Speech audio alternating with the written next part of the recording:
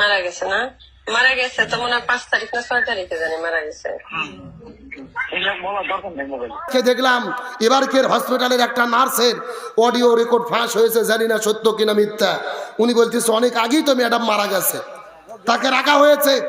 আবার তারিখ দিয়ে যখন দেশে ফিরলেন, তিনি যা যা করেছে সব কিছু রেকর্ড টেলিভিশনে খবর প্রচার হয়, ভিডিও দেখানো হয়। কিন্তু উনি যে খালেদা জিয়ার সাথে দেখা করলো, এর কোনো ভিডিও নাই, কোনো ছবিও। মানুষের মনে আরো সন্দেহ ঢুকে গেছে। চায়ের দোকানে, বাজারে, রাস্তাঘাটে একই গল্প। বলতেছে খালেদা জিয়া বেঁচে নাই, রাজনীতিকে স্বার্থ হাসিলের জন্য ওকে বাঁচিয়ে রাখা হয়েছে। কেউ বলতেছে ও অনেক আগেই মারা গেছে, পরবর্তীতে ঘোষণা হবে। আসলে বেঁচে আছে না মরে গেছে মূল তথ্য কে জানে? আরো জোরে বলেন। তবে তার কৃতি সন্তান তারেক জিয়া আমাদের বগুড়ার গর্ব। তাকে বলতে চাই, দয়া করে আপনি সঠিকটা জাতির কাছে প্রকাশ করেন। খালেদা জিয়াকে মানুষ অন্তর দিয়ে, হৃদয় দিয়ে ভালোবাসে। তার মৃত্যু নিয়ে কোনো মিথ্যাকার সাজি নাটক এই জাতি পছন্দ করবে না। তার কারণ খালেদা জিয়া শুধু বিএনপির নেত্রী না, বাংলাদেশের 18 কোটি জনগণের নেত্রী। এ সবাই তাকে ভালোবাসে না? আজকে অসুস্থ জামাতের ভাইরা তার জন্য দোয়া করেছে, শিবির দোয়া করেছে, হেফাজত দোয়া করেছে, চরমোনাই দোয়া করেছে। তার মানে খালেদা জিয়া শুধু বিএনপির না, ও দেশের জনগণের নেত্রী। আর আল্লামা সাঈদী শুধু জামাত ইসলামের নেতা না, আল্লামা সাঈদী বাংলাদেশের 18 কোটি জনগণের কলিজার টুকরা। কিছু কিছু লোককে আল্লাহ দলমতের ঊর্ধ্বে উঠে জনগণ ভালোবাসে, তার মধ্যে একটা খালেদা জিয়া। তারপর আল্লামা সাঈদী, শহীদ প্রেসিডেন্ট জিয়াউর রহমান। খালেদা জিয়াকে বলা হয় আপসহীন দেশনেত্রী। কেন তিনি আপসহীন দেশনেত্রী? ইরশাদের বিরুদ্ধে আন্দোলন করতে, বাতিলের কাছে মাথা নত করেনি। হাসিনের বিরুদ্ধে গত 16 বছর আন্দোলন করেছে। তার স্বামীর বাড়ি থেকে গলা ধাক্কা দিয়ে বের করে দেওয়া হয়েছে, তার বাসার চতুর্দিকে বালুর ট্রাক দিয়ে ঘেরাও করে রেখেছে, জেলেবন্দি করেছে, সব কিছু সহ্য করেছে। তাও হাসিনের কাছে মাথা নত করেনি। উনি প্রমাণ করেছে উনি আসলেই আপসহীন দেশনেত্রী। সুতরাং ভালোকে ভালো বলতে হবে। আপনি বিএনপি করতে না পারেন, আমি করতে না পারি, তবে সত্যটা আমাদের স্বীকার করতেই হবে। শহীদ প্রেসিডেন্ট জিয়াউর রহমান সংবিধানে আল্লাহর প্রতি বিশাল আস্থা এবং বিশ্বাস ঢুকিয়েছে, বিসমিল্লাহ ঢুকিয়েছে, ধর্মভিত্তিক রাজনীতির বৈধতা দিয়েছে। ওই যে তাইফে আরাফার ময়দানে নিমের গাছ রেখে গেছে লাগাইয়া, এখনো আছে না নাই? আমরা দোয়া করে আল্লাহ জিয়াউর রহমানের কবরকে জান্নাতের টুকরা বানাক, বলেন আমিন। আল্লাহ খালেদা জিয়াকে সুস্থ করুক, বলেন আমিন। দুইজন নেত্রী, একটা হলো জননেত্রী শেখ হাসিনা, আর একটা হলেন দেশনেত্রী বেগম খালেদা জিয়া। হাসিনা পালিয়ে চলে গেছে, মানুষেরা চাচ্ছে হাসিনার কখন ফাঁসি হবে, আমরা মিষ্টি বিতরণ করব। কিন্তু খালেদা জিয়া আজকে অসুস্থ হয়ে হসপিটালের বেডে কাতরাচ্ছে। তাম বাংলাদেশের মানুষ তার জন্য দোয়া করতেছে। এটাই হলো দুই নেত্রীর পার্থক্য। একজনের ফাঁসি চাই, আর একজনের সুস্থতা চাই। এটাই হলো দুই নেত্রীর পার্থক্য। এর পেছনে কারণ কি? খালেদা জিয়ার সম্পর্ক ছিল ইসলামের সাথে, আলেমদের সাথে, আর হাসিনার সম্পর্ক ছিল ভারতের দাদাবাবুদের সাথে, নাস্তিক মুরতাদ বেঈমানের সাথে। আল্লাহ তো হাজার মাখলুক আর সৃষ্টি করলেন, তার মধ্যে সৃষ্টির সেরা মাখলুক হলেন মানুষ। আল্লাহ মানুষদেরকে কেন সেরা করে সৃষ্টি করলেন, এর পেছনে কারণটা কি?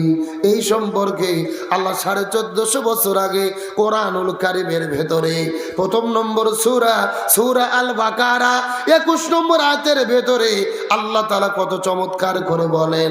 আল্লাহ রাব্বুল আলামিনের ঘোষণা, ইয়া আইয়ুহান নাসু উবুদু রাব্বাকুমুল্লাযী খালাকাকুম ওয়াল্লাযীনা মিন ক্বাবলিকুম লাআল্লাকুম তাত্তাকুন। আর জোরে বলে আল্লাহু আকবার। আল্লাহ রাব্বুল আলামিন বলে, হে পৃথিবীর মানুষেরা গভীর মনোযোগ, আমি তোমাদেরকে সৃষ্টি করেছি, তোমাদের পূর্ববর্তীদেরকেও সৃষ্টি করেছিলাম। এর পেছনে কারণ হলো যেন তোমরা আমি আল্লাহ আমার ইবাদত করার মাধ্যমে তোমরা মুত্তাকি হতে পারো। সুবহানাল্লাহ বলেন। তার মানে এই আয়াতের দ্বারা বোঝা গেল আল্লাহ আমাদেরকে সৃষ্টি করছেন একমাত্র কার ইবাদত করার জন্য। তাহলে বোঝা গেল আল্লাহ মানুষ সৃষ্টি করছেন কি করার জন্য? ইবাদত করার জন্য। সবাই বলেন কি করার জন্য? এ ভাই উঠলো, দেখি দেখি দেখি এটাকে কে? ও ছুরি হলো না, এখন কিসের পেশাব? না না, আমি এখনো তো মলম মারা শুরু করিনি যে আপনাদের জ্বলবে। আমি কি কাউকে মলম মারা শুরু করছি? কারো বিরুদ্ধে বলছি? পেশাব করে যদি জাগার মাল জাগাত ফেরত না আসে তাহলে মনে করবেন ভেজাল আছে। ভালো করে বোঝেন, এখানে লিখে দিয়েছেন তাফসির মাহফিল। তাফসির মাহফিল মানে এটা কোরআনের একটা ক্লাস। আমি শিক্ষক হিসেবে 1 ঘন্টা আলোচনা করব। আপনারা যদি এটা বুঝতে চান কথা বলার দরকার আছে না নাই? আমি কিন্তু ভাই অন্য ধরনের বক্তা, আমি ওয়াজ করব আর আপনারা ঘুম পারবেন এই সুযোগ নেই। আমি যতক্ষণ ওয়াজ করব আমার সাথে আপনাদেরকেও ওয়াজ করতে হবে। রাজি আছেন? তাহলে সবাই কথা বলেন। আল্লাহ আমাদের সৃষ্টি করছেন কি করার জন্য? খালি এই 4 জন বলতেছে, বাকি লোক মুখ খুলতেছে না। আমি তো বলেই দিলাম, সবাই বলেন আল্লাহ সৃষ্টি করছেন কি করার জন্য? আমার প্রিয় বন্ধুগণ, মুসলমান ভাইরা গভীর মনোযোগ লক্ষ্য করুন। কোরআনের চুম্বক কিছু কথা বলার পরে বিদায় নিয়ে চলে যাওয়ার চেষ্টা করব। আল্লাহ আমাদের ইবাদত করার জন্য সৃষ্টি করলেন। একই কথা আল্লাহ তাআলা সূরা জারিয়াতের 47 নম্বর আয়াতের ভেতরে কত চমৎকার করে বলেন। আল্লাহ রাব্বুল আলামিনের ঘোষণা, আল্লাহ তাআলা বলেছেন, ওয়া মা খালাকুতুল জিন্না ওয়াল ইনসা ইল্লা লিয়াবুদুন।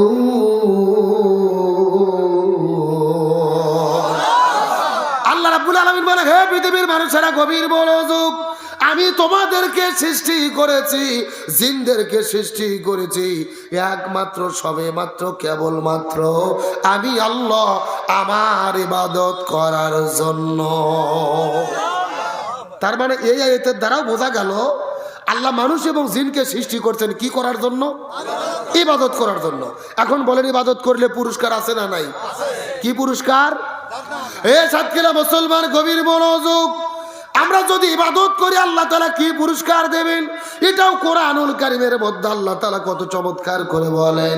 ইয়া আইয়াতুহান নাফসুল মুতমাইন্না ইরজিই ইলা রাব্বিকি রাদিয়াতাম মারদিয়া ফাদখুলি ফি ইবাদি ওয়াদখুলি জান্নাতি।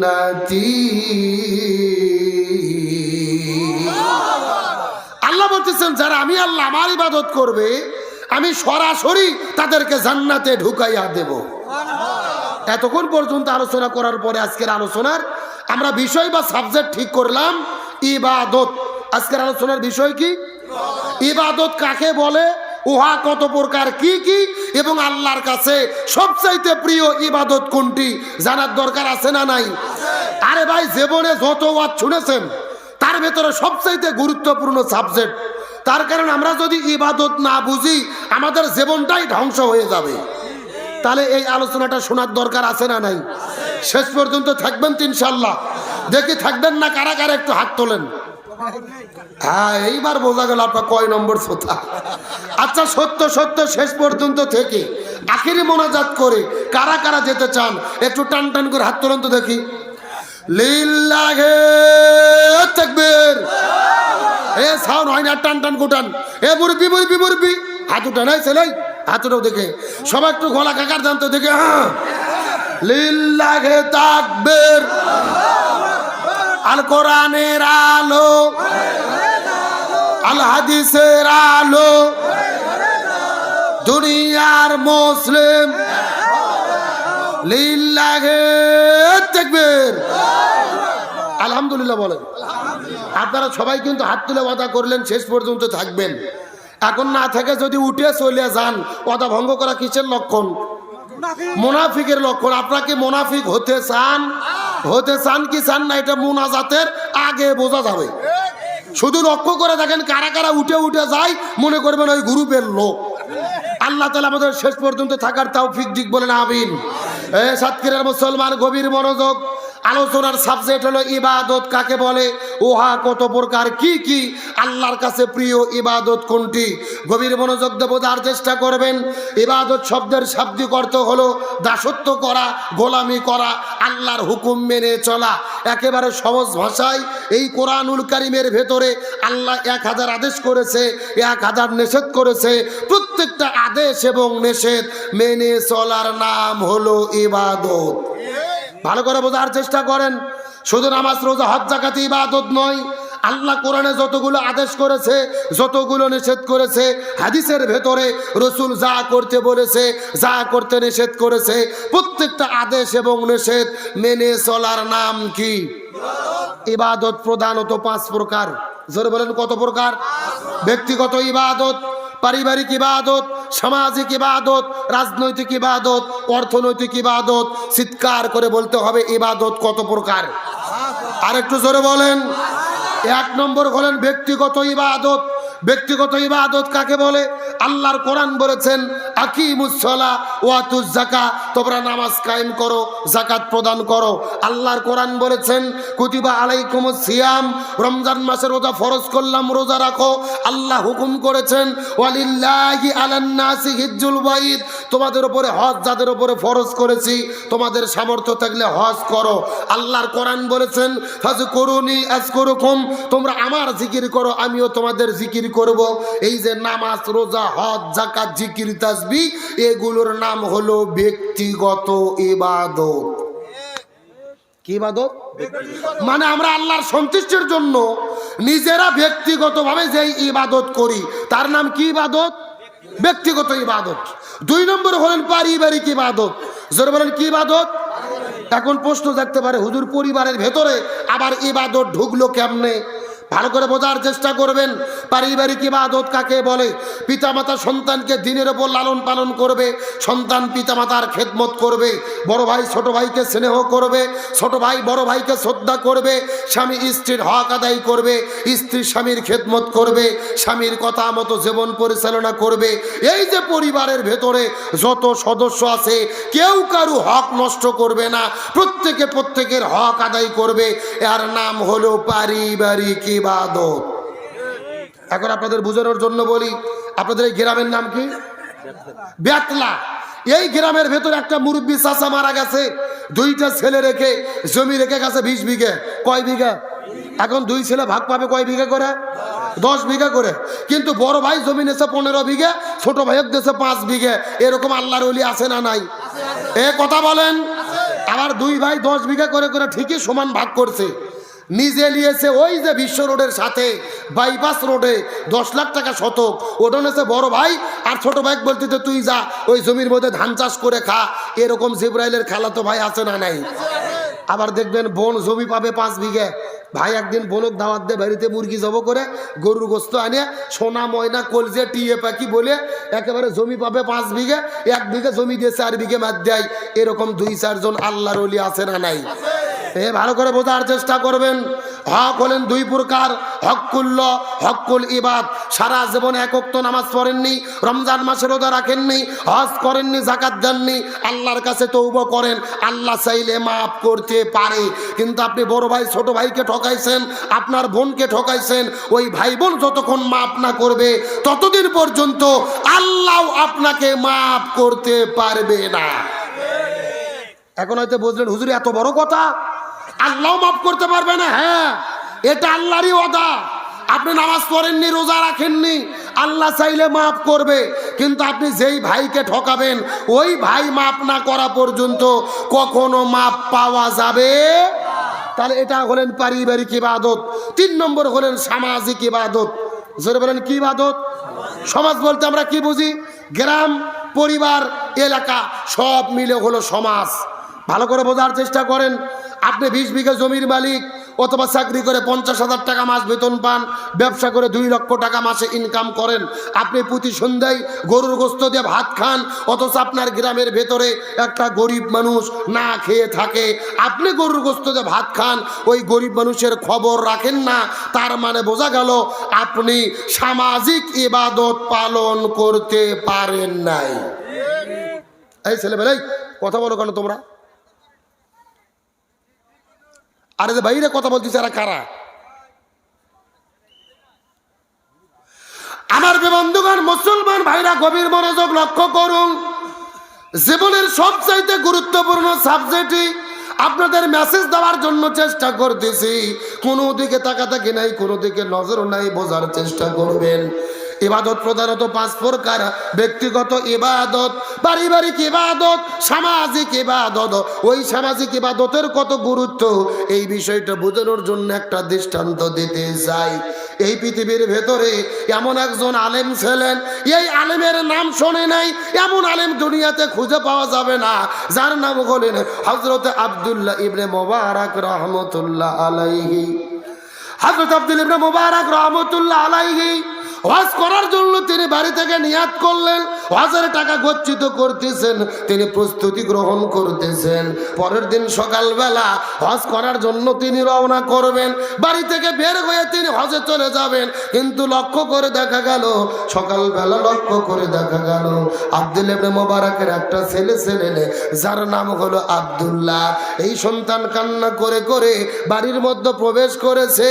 আব্দুল্লাহ ইবনে মুবারক ডাকতে বলে, এ সন্তান তুমি কেন কান্না করো? কান্নার কারণ জানতে চাই। এমন সময় ছেলে ডাকতে বলে, বাবা আমার কান্না করার কারণ হলো অমুক বাড়ির ভেতরে গরুর গোস্ত রান্না করেছে।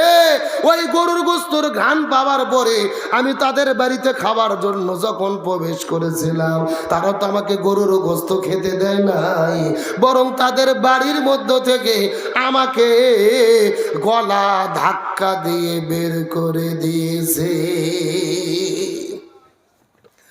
এ মুসলমান ভাইরা, বোঝার চেষ্টা করবেন সামাজিক ইবাদত কাকে বলে। আব্দুল্লাহ ইবনে মুবারক মনে মনে চিন্তা করেছে, আমি তো এলাকার ভেতরে মানুষের বিপদে পাশে দাঁড়ানোর চেষ্টা করি, অথচ আমার ছোট্ট ছেলে আব্দুল্লাহ কেন গলা ধাক্কা দিয়ে তাদের বাড়ির থেকে বের করে দেওয়া হলো। এই চিন্তা করে আব্দুল্লাহ ইবনে মুবারক তার সন্তানটাকে সঙ্গে করে নিয়ে এক দৌড়ে চলে গেলেন যেই বাড়ির মধ্য থেকে তাকে বের করে দেওয়া হয়েছে। কিন্তু আব্দুল্লাহ ইবনে মুবারক যখন বাড়িতে প্রবেশ করলো, লক্ষ্য করে তিনি দেখতে পারলেন ওই বাড়ির মালিক আকাশের দিকে তাকিয়ে বলে, আল্লাহ তোমার দরবারে বড় শুকরিয়া, এত বড় আলেম আমার বাড়ির মধ্যে কেমনে প্রবেশ করলো? আমার কাছে মনে হইতেছে আকাশের চাঁদ আমার বাড়ির মধ্যে প্রবেশ করেছে, আকাশের চন্দ্র, আকাশের তারকা আমার বাড়ির মধ্যে প্রবেশ করেছে। এইরকম বলে বলে যখন তিনি প্রশংসা করা শুরু করে দিলেন, আব্দুল্লাহ ইবনে মুবারক ডাক দিয়ে বলে, এ মানুষ তুমি ভালোভাবে জেনে নাও, আমার প্রশংসা পরে হবে, তুমি আগে হিসাব দাও তো দেখি, আমার সন্তানটাকে তোমার ঘরের মধ্য থেকে কেন গলা ধাক্কা দিয়ে বের করে দিয়েছিলে? এই কথা বলার পরে লোকটা হাউমাউ করে কান্না শুরু করলেন। হুজুর, যেহেতু আপনি সত্য ঘটনা জেনে গেছেন, আপনার কাছে আর মিথ্যা কথা বলবো না। আপনার সন্তানটাকে বের করে দেওয়ার কারণ, আমার বাড়ির ভেতরে 3 দিন ধরে আমার বাড়ির মধ্যে কোনো খাবার নাই, আমি আমার পেটের মধ্যে কোনো খাবার দিতে পারি নাই, আমার স্ত্রীর পেটের মধ্যেও কোনো খাবার দিতে পারি নাই, আমার বাড়িতে ছোট্ট ছোট্ট 2টা সন্তান 3 দিন ধরে না খাওয়া, কান্না করে করে মৃত্যু শয্যায় আমার সন্তানগুলো শায়িত হয়ে গেছে। কিন্তু আজকে সকালবেলা বাড়ি থেকে বের হওয়ার পরে আমি যখন কাজের সন্ধানে বের হলাম, পুরো এলাকায় ঘোরাফেরা করেছি কাজের খোঁজ করার জন্য, যদি কাজের কোনো সন্ধান পাইতাম ওই টাকাটা দিয়ে আমার সন্তানের জন্য খাবার কিনে আনতাম। কিন্তু দুর্ভাগ্যজনক ব্যাপার হলেও সত্য, আমি পুরো দিনের ভেতরে এলাকার মধ্যে ঘোরাফেরা করেছি কিন্তু কাজের কোনো সন্ধান পাই নাই।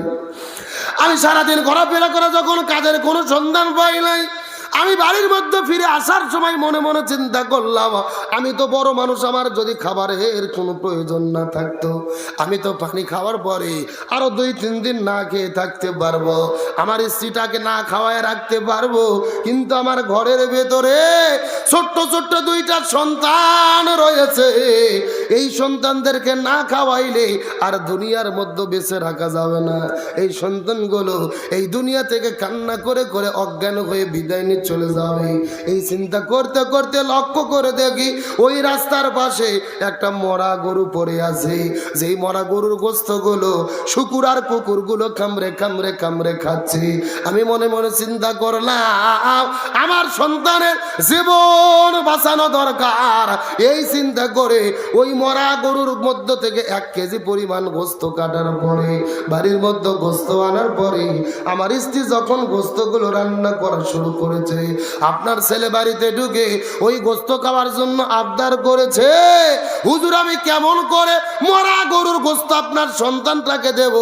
আপনারা তো দান সৎকার জিনিস দিলেই খান না, জাকাত ফিতরার জিনিস দিলেই খান না, অথচ আপনার ছেলেটাকে আমি কেমন করে মরা গরুর গোস্ত খাওয়াবো? হুজুর আপনি জেনে নেন, ওই মরা গরুর গোস্ত আপনার সন্তানটাকে না খাওয়াইয়া যদি আমি কোনো অন্যায় করে থাকি, আপনি যেই শাস্তি দেবেন ওই শাস্তিটাই মাথা পেতে নিতে যা। মরা গরুর গোস্ত না খাওয়া যদি অন্যায় করে থাকে, আপনি যেই শাস্তি দেবেন ওই শাস্তিটা মাথা পেতে নেব। এই কথা যখন ওই লোকটা বলেছে, হযরত আব্দুল ইবনে মুবারক হাউমাউ করে কান্না শুরু করলেন। বাড়ি থেকে বের হওয়ার পরে এক দৌড়ে নিজের বাড়িতে চলে গেলেন।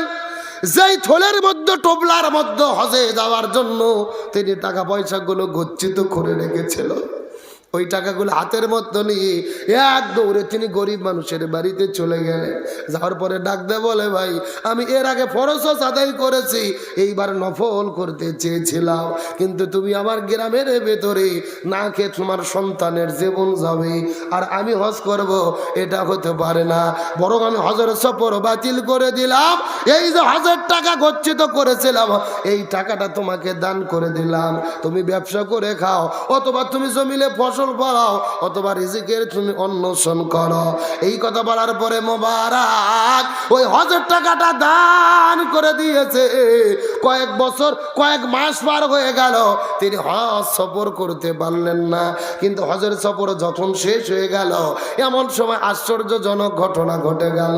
আব্দুল্লাহ ইবনে মোবারকের কয়েকটা বন্ধু ছিল, ওই কয়েকটা বন্ধু আব্দুল্লাহ ইবনে মোবারকের বাড়িতে আসার পরে ডেকে বলে, এ আব্দুল্লাহ ইবনে মোবারক, আমার সঙ্গে তোমরা কেন ছলচাতুরি করলা? আমাদের সাথে তুমি কেন চালাকি করলা? হজ থেকে ফেরার সময় আমাদের সাথে তুমি কেন দেখা করলা না? কসম করে বলি, আমরা লক্ষ্য করে দেখেছি, কাবা ঘরের ভেতরে আমরা যখন তাওয়াফ করেছি রে, আমরা লক্ষ্য করে দেখেছি, আমাদের চোখের সামনে তোমাকে তাওয়াফ করতে দেখেছি। লিল্লাহে তাকবীর। আমরা যখন সাফা মারওয়া সাই করেছি, আমরা তখন লক্ষ্য করে দেখেছি, আমাদের চোখের সামনে তুমি সাফা আমার ওয়াসাই করতেছ। ওই শয়তানকে যখন পাথর নিক্ষেপ করেছি, লক্ষ্য করে দেখতে পেরেছি তুমি আমাদের চোখের সামনে পাথর নিক্ষেপ করেছো। কিন্তু হজের যখন কাজ কাম শেষ হয়ে গেল, হজের কার্যাবলী শেষ হওয়ার পরে আর তুমি আমাদের সঙ্গে দেখা দাও নাই, আমাদের সাথে তুমি এত চালাকি কেন করলা? আব্দুল্লাহ ইবনে মুবারক বড় টেনশনে পড়ে গেলেন।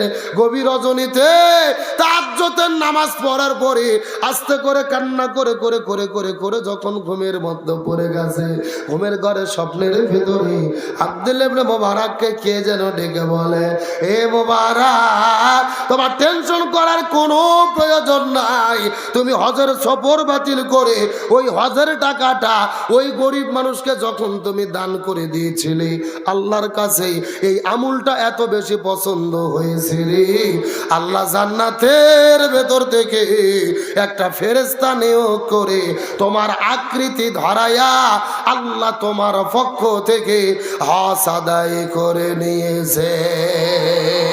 লিল্লাহে তাকবীর।